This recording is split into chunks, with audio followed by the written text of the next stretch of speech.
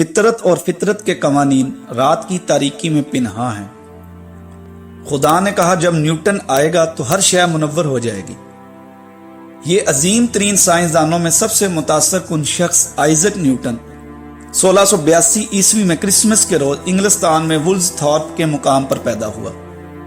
اسی برس گلیلیو مرا حضرت محمد صلی اللہ علیہ وسلم ہی کی مانند یہ اپنے والد کی وفات کے بعد پیدا ہوا۔ بچپن ہی میں ہونہار بروا کے چکنے چکنے پات کے مترادف اس میں میکانیکی مظاہر کی طرف میلان طبع ظاہر کیا۔ یہ دستی کام بڑی عمدگی سے کرتا تھا۔ نیوٹن ایک ذہین بچہ تھا لیکن مدرسہ سے اسے کوئی دلچسپی نہیں تھی۔ جب وہ نوجوان تھا اس کی ماں نے اسے مدرسہ سے اٹھوا لیا، اس امید پر کہ شاید یہ ایک کامیاب کسان بن جائے۔ خوش قسمتی سے وہ مانتی تھی کہ اس کی دلچسپی کے سامان کچھ دوسرے ہیں۔ 18 برس کی عمر میں وہ کیمبرج یونیورسٹی میں داخل ہوا۔ وہاں اس نے سائنس اور ریاضیات کے لیے خود کو وقف کر دیا۔ جلد ہی اپنے طور پر اچھی بھلی تحقیق کرنے لگا۔ 25 سے 27 برس کی عمر تک اس نے ان سائنسی نظریات کی بنیادیں ہلا کر رکھ دی تھیں جنہوں نے بعد ازاں دنیا میں انقلاب برپا کرنا تھا۔ 17ویں صدی کے وسط میں سائنس کے میدان میں بڑی شد و مت سے کام ہو رہا تھا۔ اس صدی کے آغاز میں ہی ٹیلیسکوپ دوربین کی ایجاد نے علم فلکیات کے میدان میں تہلکہ مچا دیا تھا۔ انگریز فلسفی فرانسس بیکن اور فرانسیسی فلسفی رینے ڈیکارت دونوں نے یورپ بھر کے سائنسدانوں کو اس طرح مائل کیا کہ وہ ارسطو کی حاکمیت کا اعتراف کیے بغیر اپنے طور پر مشاہدہ و تجربہ کرے۔ جو کچھ بیکن اور ڈیکارت نے کہا عظیم گلیلیو نے وہ کر دکھایا۔ اس کے فلکیاتی مشاہدات نے جو نو ایجاد دوربین کی مدد سے ممکن ہوئے تھے، علم فلکیات کو ایک نیا رخ دیا۔ اسی کے میکانیکی تجربات پر اس اصول کی بنیاد قائم ہے جسے ہم حرکت کا پہلا قانون کہتے ہیں۔ دیگر عظیم سائنسدان جیسے ولیم ہاروے جس نے گردش خون کا اصول دریافت کیا اور جانز کپلر جس نے سورج کے گرد سیاروں کی حرکت کے قوانین دریافت کیے، سائنسدانوں کے طبقہ کو نئی بنیادی معلومات فراہم کر رہے تھے، لیکن ہنوز خالص سائنس دانشوروں کے لیے فقط ایک شغل فرصت تھی۔ ایسے شواہد بھی موجود نہیں تھے کہ ٹیکنالوجی پر منطبق ہو کر سائنس اس انداز میں انسانی طرز معاشرت کو تبدیل کر دے گی جیسا فرانسس بیکن نے پیشن گوئی کی تھی۔ ہر چند کے کوپرنیکس اور گلیلیو نے قدیم علوم کی کئی غلط فہمیاں دور کر دی تھی اور کائنات کے فہم میں گراں قدر اضافے کیے تھے، لیکن تاحال قوانین کا کوئی مجموعہ وضع نہیں کیا جا سکا تھا جو ان بظاہر غیر متعلق دکھائی دینے والے حقائق کو ایک مربوط نظریہ میں ڈھالے جس سے پھر سائنسی پیشین گوئی ممکن ہو سکے۔ آئزک نیوٹن نے ہی یہ نظریہ پیش کیا اور جدید سائنس کو اس رخ پر موڑ دیا جدھر یہ آج بھی رواں ہے۔ اپنی تحقیقات کی اشاعت میں نیوٹن ہمیشہ متذبذب رہتا تھا، حالانکہ وہ اپنی تحقیقات کے ذریعے بنیادی نظریات کو 1669 عیسوی تک وضع کر چکا تھا، تاہم اس کے بیشتر نظریات دیر بعد منظر عام پر آئے۔ اس کے شائع ہونے والے اولین تہلکہ مچا دینے والے نظریات روشنی کی حیث سے متعلق تھے۔ محتاط تجربات کے ایک سلسلہ کے بعد نیوٹن نے دریافت کیا کہ عام سفید روشنی قوس قزح کے تمام رنگوں کا آمیزہ ہے۔ اس نے روشنی کے انعکاس اور انعطاف کے قوانین کے نتائج کا بھی محتاط تجزیہ کیا۔ ان قوانین کو بروئے کار لا کر اس نے 1668 عیسوی میں روشنی منعکس کرنے والی پہلی دوربین کا نقشہ اور ڈھانچہ تیار کیا۔ یہ خاص وضع کی دوربین ہے جو آج بھی بڑی فلکیاتی مشاہد گاہوں میں استعمال ہوتی ہے۔ دیگر متعدد بصری تجربات کے ساتھ جو وہ کر چکا تھا، اس نے اپنی دریافتوں کو برٹش رائل سوسائٹی کے سامنے پیش کیا جب اس کی عمر فقط 29 برس تھی۔ بصریات میں ہی نیوٹن کے مارکے شاید اسے اس فہرست میں جگہ دلوانے کے لیے کافی تھے، تاہم یہ خالص ریاضیات اور مشین دانی میں اس کی کامیابیوں کے مقابلے میں ہیچ ہیں۔ ریاضیات میں اس کی بڑی کامیابی مکمل علم الاحصاء شماریات کی ایجاد ہے، جو اس نے غالباً 23 یا 25 برس کی عمر میں ممکن بنا لی تھی۔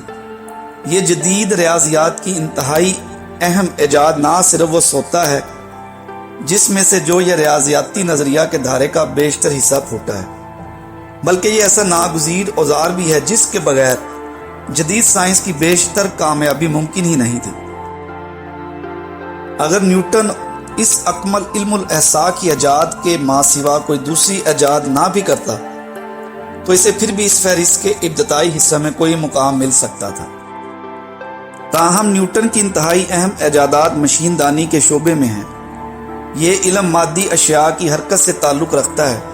گلیلیو نے حرکت کا پہلا قانون دریافت کیا جو اجسام کی حرکت کی توضیح کرتا ہے، یعنی جب وہ کسی بیرونی قوت سے آزاد ہوں۔ عملی طور پر ہر جسم ہمہ وقت بیرونی قوت کی زد میں ہوتا ہے، جبکہ علم سکون اور حرکت میں سب سے اہم سوال یہ ہے کہ ان حالات میں جسم کس طرح حرکت کرتا ہے۔ اس مسئلہ کو نیوٹن نے اپنے حرکت کے دوسرے قانون کی مدد سے حل کیا، جسے بجا طور پر کلاسیکی طبیعیات کا انتہائی بنیادی قانون تسلیم کیا جا سکتا ہے۔ اس کے مطابق ایک جسم کا تغییر یعنی وہ شرح جس سے اس جسم کی رفتار تبدیل ہوتی ہے، جسم پر جملہ بیرونی طاقت کے مساوی ہے، جو اس شے کے حجم کے سبب دو حصوں میں تقسیم ہوتی ہے۔ ان دو معروف قوانین میں نیوٹن نے مزید ایک کا اضافہ کیا، جس کے مطابق ہر طبیعی توانائی کے خلاف ایک برابر طاقت کا رد عمل پیدا ہوتا ہے، جبکہ اس کے سائنسی قوانین میں سب سے اہم کشش ثقل ہی کا قانون تھا۔ چار قوانین کے اس مجموعہ نے باہم اشتراک سے ایک مربوط نظام وضع کیا، جس کے ذریعے آخرکار تمام میکانیکی نظام ہائے کار کی تحقیق ممکن ہو گئی، وہ چاہے ایک پنڈولم کی حرکت کا نظام ہو یا سورج کے گرد اپنے مدار میں چکر کاٹتے سیاروں کا نظام ہو۔ نیز ان کے متعلق پیش گوئی بھی ممکن ہوئی۔ نیوٹن نے فقط ان میکانیکی قوانین کو ہی بیان نہیں کیا، اس نے علم الاحصاء کے ریاضیاتی اصول استعمال کرتے ہوئے ثابت کیا کہ کس طرح یہ بنیادی قوانین حقیقی مسائل کے حل کے لیے بروئے کار لائے جا سکتے ہیں۔ نیوٹن کے قوانین کو انتہائی بڑے تناظر میں سائنس اور انجینئرنگ کے مسائل میں استعمال کیا گیا ہے۔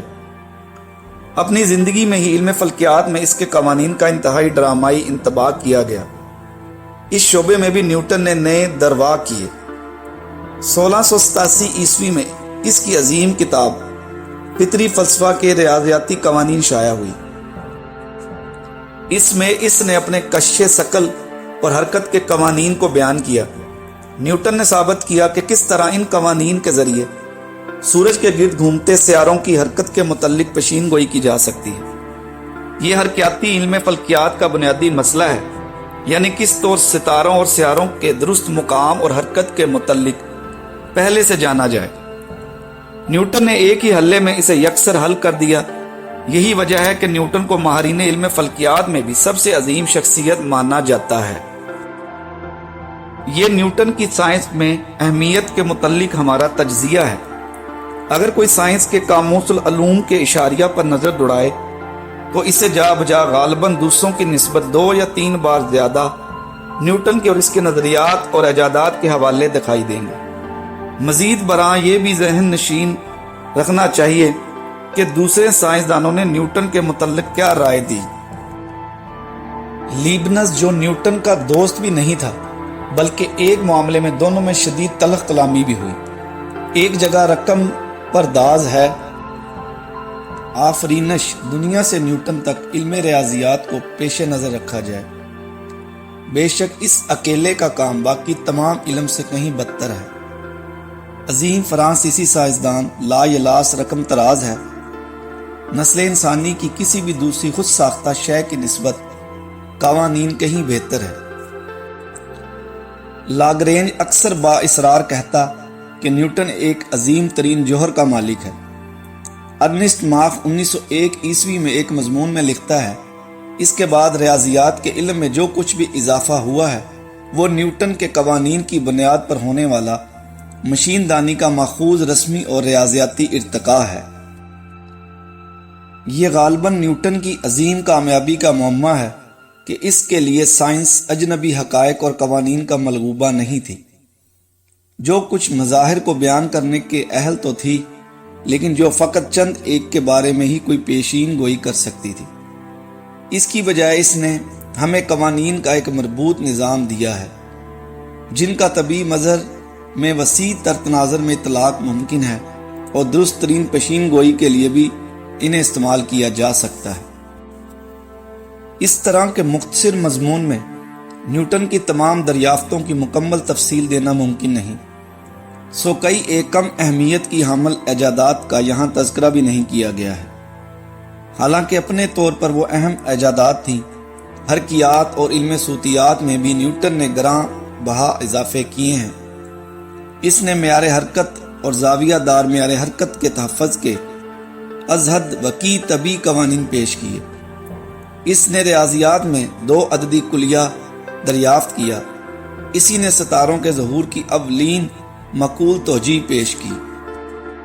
اب اگرچہ یہ معاملہ تو صاف ہے کہ نیوٹن واقعی دنیا کا سب سے عظیم اور سب سے متاثر کن سائنسدان ہے، لیکن یہ سوال پھر بھی کھٹکتا ہے کہ اسے اسکندر اعظم یا جارج واشنگٹن جیسی بڑی سیاسی ہستیوں اور عیسیٰ علیہ السلام اور گوتم بدھ جیسے بڑے مذہبی رہنماؤں سے بڑا رتبہ کیوں کر دیا گیا؟ میرا نقطہ نظریہ یہ ہے کہ اگرچہ سیاسی نشیب و فراز بے حد وسیع ہیں، لیکن یہ کہنا بجا ہوگا کہ سکندر کی موت کے 500 برس بعد تک بیشتر لوگ انہی حالات میں زندگی گزارتے رہے جیسی زندگی ان کے آبا سکندر سے 5 صدیاں پہلے گزارتے تھے۔ اسی طور اپنی بیشتر روزمرہ کی سرگرمیوں کے حوالے سے بھی 1500 عیسوی میں انسانوں کی اکثریت اسی طور زندہ تھی جیسے ان کی زندگی 1500 قبل مسیح میں تھی۔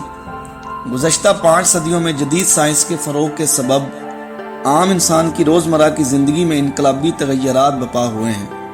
ہمارا لباس مختلف ہے، خوراک مختلف ہے، ہم مختلف معاش اپناتے ہیں اور اپنے فارغ وقت کو 1500 عیسوی کے لوگوں سے مختلف انداز میں صرف کرتے ہیں۔ سائنسی دریافتوں نے نہ صرف ٹیکنالوجی اور معاشیات میں انقلابی تبدیلیاں پیدا کی، بلکہ انہوں نے سیاست، مذہبی فکر، فنون لطیفہ اور فلسفہ کو بھی یکسر بدل کر رکھ ڈالا۔ انسانی فعلیت کے چند پہلو البتہ اس سائنسی انقلاب کے بعد غیر مبدل رہے۔ یہی وجہ ہے کہ ہماری اس فہرست میں اس قدر سائنسدان اور موجد موجود ہیں۔ نیوٹن نہ صرف تمام سائنسدانوں میں شاندار رہے بلکہ سائنسی نظریہ کے ارتقاء میں بھی نیوٹن کا ایک انتہائی اثر انگیز کردار ہے۔ اسی باعث وہ دنیا کے انتہائی موثر افراد کی فہرست میں ابتدائی درجوں میں جگہ پانے کا مکمل حقدار ہے۔ 1727 عیسوی میں نیوٹن کا انتقال ہوا۔ اسے ویسٹ منسٹر کے گرجا میں دفنایا گیا۔ وہ پہلا سائنسدان تھا جسے یہ اعزاز ملا۔